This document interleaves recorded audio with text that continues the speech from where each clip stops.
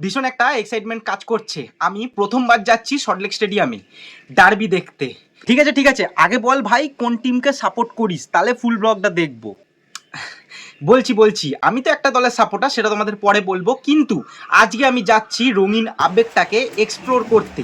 সেই রঙিন আবেগের মধ্যে সবুজ মেরুনও আছে, সেই রঙিন আবেগের মধ্যে লাল হলুদও আছে। তোমরা এই ডার্বি কে কে দেখতে আসছো আমাকে অবশ্যই জানিও। আমি যেহেতু সোদপুরে থাকি তাই সাইকেল নিয়ে পটাপট করে সোদপুর স্টেশনে চলে গেছিলাম, ওখান থেকে ট্রেন ধরে নেমেছিলাম বিধাননগর।